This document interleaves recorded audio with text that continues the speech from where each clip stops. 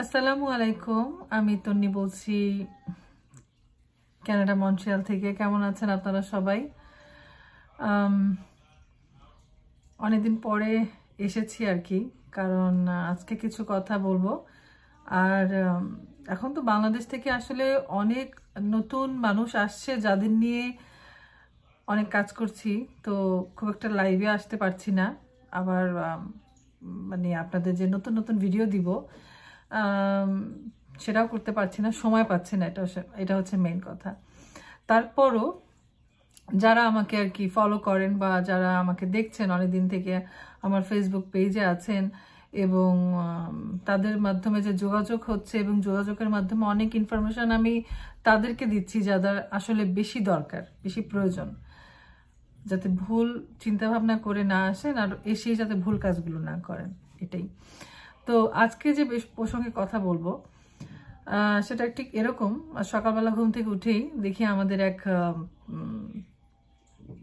বন্ধু আমার মেসেজে পাঠিয়েছে, আমাদের গ্রুপ মেসেজে, যে কালকে টরন্টোতে ড্যানফোর্ডে আপনার এক বাঙালির সাথে আর কি আর এক বাঙালির কথা কাটাকাটি, এবং সেখান থেকে আর কি হাতাহাতি পর্যায়ে চলে গিয়ে এবং একজন একজনকে আহত করেছে। এটা আসলে খুবই দুঃখজনক একটা ঘটনা। এরকম হওয়ার কথা না, কানাডাতে আসলে এগুলো ঘটে না সত্যি। কিন্তু কিছু দল বের হয়েছে এখন, আমি যেটা বলবো, কিছু আর কি আমাদের মধ্যে থেকে এখন, যেগুলো আর কি নিয়মিতই আমরা এই ধরনের নিউজ পাই। অনেকে আসেন, এসে বলেন যে যখন জিজ্ঞেস করি যে আপনার লয়ারকে, তখন উনি এমন এমন ব্যক্তির নাম বলেন, তারা লয়ার না, তারা হচ্ছে কি, তারা ইন্টারপ্রেটার টাইপের, অথবা তারা কেস লিখতে হেল্প করেন। হ্যাঁ, অনেক বছর ধরে এখানে আছেন, ইংলিশটা খুব ভালো জানেন, আর এখানে সব কিছু অনলাইনে করা সম্ভব। তো এই ব্যাপারে ওনারা অনেক এক্সপার্ট, হ্যাঁ, অনেক বেশি জানেন, অনেক বেশি। তো নিজেরাই লয়ার হয়ে তাদের কাছ থেকে কাগজপত্র নিয়ে লয়ারকে সাবমিট করে, কিন্তু লয়ার পর্যন্ত এইসব সাধারণ জনগণ পৌঁছাতেই পারে না। তো এটা একটা বড় স্ক্যাম আমি মনে করি, এবং আমি যাদের সাথে কথা বলি তাদেরকে আমি এগুলোই বোঝাবার ট্রাই করি যে আপনার লয়ারের সাথে অন্তত আপনার তো একটা মিটিং হওয়া প্রয়োজন। আপনি জানেন না আপনার লয়ার কে, আপনি তাকে কখনো দেখেননি, তার সাথে আপনার যে টাকার লেনদেনটা এটাও হচ্ছে না, এবং পরে কি বলে যে আপা মাসের পর মাস এখন ঘুরছি কারণ কোনো ইনফরমেশন পাচ্ছি না, তার কাছে গেলেই সে রাগ হয়ে যাচ্ছে। সেম সিচুয়েশনটা কালকে সন্ধ্যায় ঘটলো টরন্টোতে। এটা আসলে জানা কথা ছিল, একসময় ফুঁসে উঠবে মানুষ, এবং ফুঁসে উঠে একটা আপু মানে এ ধরনের কিছু একটা করবে, এরকম একটা কিছু হবে। তো মানে আমার ইনফরমেশনটা এখানে যারা এই ধরনের কাজ করছেন, হ্যাঁ, এটাকে আপনারা বাংলাদেশ বানাতে চাচ্ছেন, বাট এটা সম্ভব না। এটা সম্ভব না। যখন ইমিগ্রেশনের কান পর্যন্ত এইসব জিনিস যাবে, একজন একজন করে চিহ্নিত করবে এবং একজন একজনকে করে ধরবে। যেই কাজটা করেছেন টরন্টোতে, উনি তো অ্যারেস্ট হয়েছেন, এবং আস্তে আস্তে করে না, এরকম যদি কেউ ইমিগ্রেশনে কমপ্লেন করে যে আমি নতুন আসছি এবং আমি এনার মাধ্যমে কাজগুলো করাচ্ছি, বা এনাকে আমার কাগজপত্রগুলো দিয়েছি, উনি করে দিবে কারণ আমি ভাষাটা বুঝি না, সেক্ষেত্রে অবশ্যই আপনার জন্য বিপজ্জনক। হ্যাঁ, ইভেন আপনার পিআর অথবা সিটিজেনশিপও ক্যান্সেল হতে পারে। এটা একটা বড় ক্রাইম, আপনি মানুষ নিয়ে খেলছেন। হ্যাঁ, তো আমাদের অবশ্যই কেয়ারফুল হতে হবে এইসব ব্যাপারে এগুলা। কারণ বাংলাদেশ থেকে যখন কেউ আসে, প্রথমত প্রথম 3-4 মাস 6 মাস এমনিতেই খুব একটা নতুন জায়গায় আসার পর একটা ভয় ভীতি, ইমিগ্রেশন কেসটা কিভাবে সাবমিট করবে, সব কাজ কিভাবে গুছাবে, এগুলো নিয়ে একটা বেশি নার্ভাস থাকে, এবং তখন খুঁজে বাঙালি কমিউনিটির মধ্যে কে আমাকে হেল্প করতে পারে, কার মাধ্যমে একটা ভালো লয়ার খুঁজে। এবং এটা আমরা যারা কানাডাতে বাস করি, আমরা যারা কানাডাতে থাকি, আমাদের রেসপন্সিবিলিটি যে আমরা তাদেরকে সঠিকভাবে হেল্প করব, যাতে তাদের খরচটা কম হয়, যাতে তারা সুন্দর একটা ভালো বেনিফিট পায়। কারণ কানাডাতে হচ্ছে কি, কেউ না খেয়ে আসলে থাকে না। মানে যদি কারো কিছু করার ইচ্ছা না থাকে, চাহিদা বড় থাকে, সেটা অন্য ব্যাপার, কিন্তু আপনি কিছু করে খেয়ে ভালো থাকতেই পারবেন, এটা একটা সিস্টেম করা আছে এখানে। এখন অনেকের চাহিদা অনেক বেশি, কিন্তু সেই অনুপাতে সে কিছু করতে চাচ্ছে না, তো সে তার লাইফটাকে সেই ফুলফিল করবে কিভাবে? এইসব 2 নম্বরই জিনিসগুলো করে, যে আমি লয়ার, নিজেকে একটা লয়ার হিসেবে পরিচয় দেয়, বিভিন্ন মানুষের কাগজ লেখে। এর মধ্যে আর একটা ঘটনা খুব মারাত্মক, এটা একটা লয়ারের কাছে মানে পেপার আসছে যে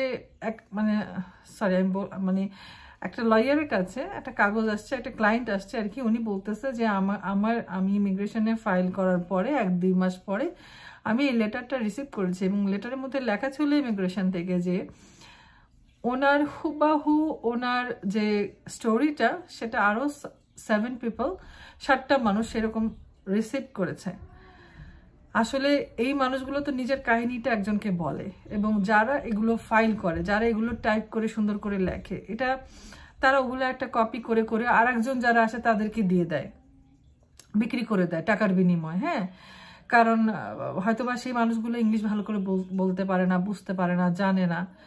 তো দেখেন কত বিপদের মধ্যে ফেলে দেয়। আপনারা এই কাজগুলো করবেন না। আমি জানি আমাকে কানাডা থেকে অনেকে দেখেন, অনেকে ভালো ভালো কাজ করছেন, অনেক এবং নিঃস্বার্থভাবে কাজ করছেন, যারা পয়সা নিচ্ছেন না, অনেক ভালো কাজ করছেন, কিন্তু যারা হয়তোবা কাউকে হেল্প করার কিছু পয়সা নিচ্ছেন, কিন্তু আপনি আপনার লিমিটেশনটা ক্রস কখনোই করবেন না, কারণ এটা একটা খারাপ ইমপ্রেশন পড়ে।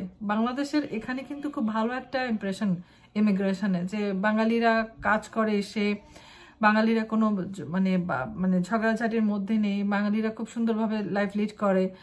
কিন্তু এই যে শুরু হয়েছে না, কারণ এত মানুষ এসেছে, কিছু অসৎ পাবলিক, এরা নিজেদেরকে ধরে রাখতে পারছে না, হয়তো দেশেও এরা এরকমই ছিল কিনা আমি জানি না, নিজেদেরকে ধরে রাখতে পারছে না, এবং এরা ঠিক বাংলাদেশ বানাতে চাচ্ছে আর কি, মানে এই কয়জন মানুষ নিয়ে, মানে একটা বিজনেস তৈরি করেছে আর কি। হ্যাঁ, তো আমি যারা সাধারণ জনগণ, যারা বাংলাদেশ থেকে আমার এটা দেখবেন, তাদেরকে বলবো, কানাডাতে আসার পর ফট করে কেস করতে যাবেন না, মানে সেটা না। আপনি যদি ক্লেম করেনও, যদি এয়ারপোর্টে ক্লেম করেন, তো এয়ারপোর্টে আপনার ইন্টারপ্রেটার আসবে, আপনি পুরোপুরি কনফিডেন্ট আপনি কি বলবেন। হ্যাঁ, আপনার কেসটা আপনি নিজেই বুঝেন যে আপনার দেশে কি সমস্যাগুলো, কিন্তু ওখানে ওই সমস্যাটাগুলো মানে আপনি ওখানে যদি একবার কেস করে ফেলেন, এরপর আপনাকে সময় দিবে পুরো স্টোরিটাকে লিখিতভাবে আপনাকে সাবমিট করার জন্য, ধীরে সুস্থে বুঝে বিভিন্ন মানুষের কাছ থেকে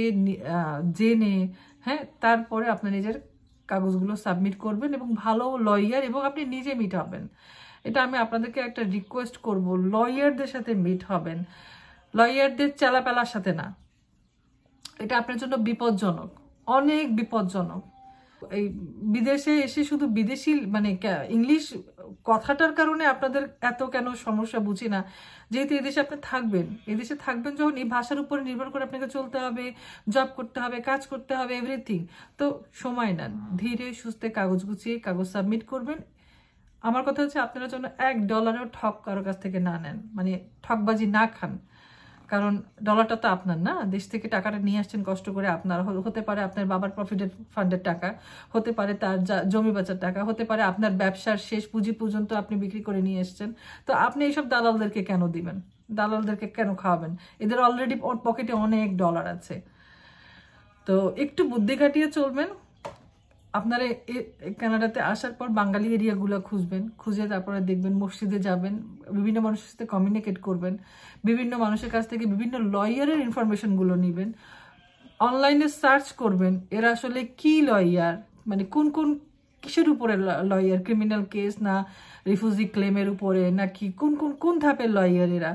এরপরে নিজে থেকে বুদ্ধি করে তারপরে মানুষের কাছ থেকে সাজেশন নিতে থাকবেন, র্যান্ডমলি নিতে আপনি নিজেই বুঝবেন আপনি কিভাবে করবেন। আপনার কোনো বাঙালির হেল্প লাগবে ভাই, আমি সেটা জানি যে কোনো বাঙালির হেল্প আপনার দরকার, কারণ অনেক ইনফরমেশন আপনাকে পেতে হবে, তাই না? কিন্তু সেই ইনফরমেশন পাওয়ার আগে আপনি বুঝে নেবেন যার কাছে যাচ্ছেন সেই পার্সনটা কেমন। যদি টাকা দিয়ে স্টার্ট করে, সে আপনাকে সময় দিবে, অবশ্যই কিছু ভ্যালু, কিছু তার টাইমের মূল্য আপনাকে দিতে হবে, কিন্তু টাকা যদি আগে আপনার সাথে নেগোশিয়েটে আসতে চায়, তখন বুঝবেন যে সে অনেক বেশি লোভী, একে দিয়ে আপনি কাজ করাতে পারবেন না। হ্যাঁ, প্রত্যেকটা এরিয়াতে না বাঙালি কিছু গ্রুপ থাকে, বাঙালি কিছু জায়গা থাকে, বা কিছু থাকে, কি বলে, সাংবাদিক এরিয়া থাকে, হ্যাঁ, মানে যেখানে বসে আর কি মানুষ কাজ করে বা বাঙালিদের আড্ডা, এইসব জায়গায় গিয়ে কথা শুনবেন এদের, যে এরা আসলে এখন কোন ভিত্তিকে কথা বলে। আর যদি কেউ এটা বলে বাংলা এখন কাজ হচ্ছে না, কাগজ হচ্ছে না, এটা আমি বিশ্বাস করি না। কারণ আমি কানাডাতে থাকি, আমার আশপাশের মানুষজনগুলোতে আমি দেখি কিছু কিছু মানুষের খুব কম, মানে হয়তো বা কত পার্সেন্ট আমি আপনাদেরকে বলবো, মানে আমার দেখার মধ্যে এখন পেপার হচ্ছে 95%, পেপার হচ্ছে। আর 5% যে আমি রেখেছি এদের নেগেটিভ হলেও এরা যখন আপিল করবে এদেরকে পেপার দিয়ে দিবে, কারণ এরা সবাই এখন কাজও করছে। আর কাগজ দেওয়ার জন্যই কিন্তু কানাডা গভর্নমেন্ট চায় যে পপুলেশন বাড়ুক, পপুলেশন বাড়লেই কিন্তু এখানে কান্ট্রি আরও ডেভেলপ হয়। আচ্ছা, তো এটাই ছিল আসলে বলার। আরও অনেক কিছু বলবো, আজকে না, কারণ আমি অনেক টায়ার্ড। এগুলো বলার জন্য না আসলে অনেক কিছু ইনফরমেশনও দরকার হয়, আজকে দিতে চাচ্ছি না। অনেক ইনফরমেশন আছে আপনাদেরকে দেওয়ার জন্য, শুধু এতটুকু বলবো যে এমন একটা সিচুয়েশন হয়েছে, আমরা মানুষের থেকে এখন ধাক্কা খাই, যেখানে বিশ্বাস করার জায়গা বিদেশের মতো জায়গায় আমরা আসলে এত লোভী হয়ে গেছি ওই মানুষদের থেকে টাকা নিয়ে, ওই মানুষের সুযোগগুলোর আর কি বলো, মানুষগুলো যে আসলে বিপদে পড়েছে তাদের কাছ থেকে কীভাবে সুযোগ নিব, এবং ওনাদের ডলার নিয়ে আমি এমন মানুষও জানি যে এইসব মানুষদের কাছ থেকে টাকা পয়সা নিয়ে ফ্যামিলি নিয়ে ভ্যাকেশনে গিয়েছে। মানে এটা খুবই দুঃখজনক, মুখে শুধু বলতে পারছি না এরা কারা, কারণ এটা আমাদেরই আশপাশের পরিচিত মানুষ, আমি বলতে পারবো না। কিন্তু আমি জানি আমার ভিডিওটা তারা দেখবেন, তাদের জন্য আমার এতটুকুই রিকোয়েস্ট থাকলো যে এই কাজগুলো করবেন না। টুডে টুমরো আপনি এক্সপোজ হয়ে যাবেন, আমি করব না, কিন্তু অন্য কেউ না কেউ আপনাকে করবে। যদি এই টরন্টোর মতো এই জিনিসটা হয়, সেই লোকটা, ভদ্রলোকটা, উনি এক্সপোজ হয়ে গেছে যে উনি কি কাজ করেছেন। তো আপনিও যদি এখানে মন্ট্রিয়ালে থাকেন এরকম, এবং আপনিও যদি কারোর সাথে এরকম, অনেকে করছেন এরকম, তো আপনিও একদিন এক্সপোজ হয়ে যাবেন, আপনার ব্যাকগ্রাউন্ড খারাপ হবে, আপনার ফ্যামিলি আছে, বাচ্চা কাচ্চা আছে, এদের কথা চিন্তা করে হলেও এইসব জিনিস বন্ধ করেন প্লিজ। তো ভালো থাকবেন সবাই সবার জন্য অনেক অনেক অনেক দোয়া করব।